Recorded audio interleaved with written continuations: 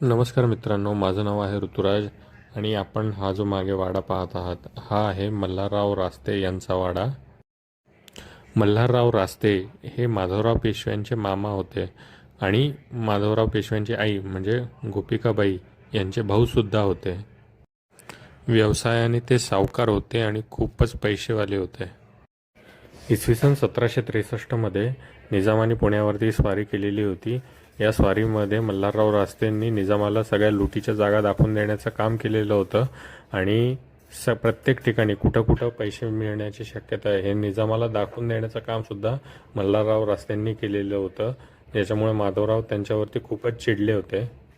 जेव्हा निजामाने लूट केलेली होती तेव्हा माधवराव पुण्यात नव्हते, ते बाहेर होते. त्याच्यानंतर जी निजामाने जी सगळी काही लूट केलेली होती त्याचा बदला माधवरावांनी राक्षस भुवनाच्या लढाईमध्ये निजामाला धूळ चारली होती पूर्णपणे आणि त्यांच्याकडनं जबर वसुली केलेली होती. आणि मल्हारराव रास्ते ज्यांनी त्यांना मदत केली त्यांच्यावर पण माधवरावांनी जबर खंडणी जारी केलेली होती आणि त्यांना पैसे भरायला लावलेले होते. पण ही जी त्यांना पैसे लावले म्हणजे खंडणी त्यांच्यावरती जारी केली हे जेव्हा गोपिकाबाईंना समजलेलं होतं तेव्हा त्या खूप चिडल्या आणि त्यांनी माधवरावांना सांगितलं की ती शिक्षा मागे घ्या.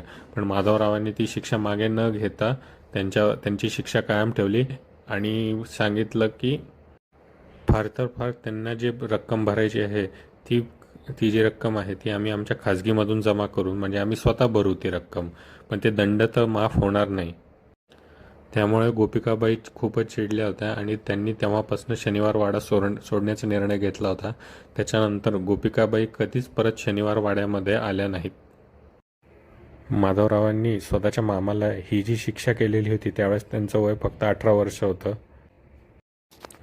हे असल्या प्रकारच्या कडक शासनामुळे बाकीची जे मंडळी होती दरबारातली ती माधवरावांना फार घाबरू लागली होती आणि एकदम म्हणजे शिस्तीला कडक होते माधवराव आणि रागीट पण होते माधवराव. त्यामुळे बाकीचे हे असले गैरप्रकार कोणी पण केले तर त्यांना शिक्षा मिळणारच असं एक्झाम्पल सेट झालं होतं. त्यामुळे बाकीच्या सगळ्या लोकांनी हे चांगलंच लक्षात ठेवलं होतं की आपण काही पण कांड करताल आणि त्याची शिक्षा मिळणार नाही असं कधीच होणार नाही.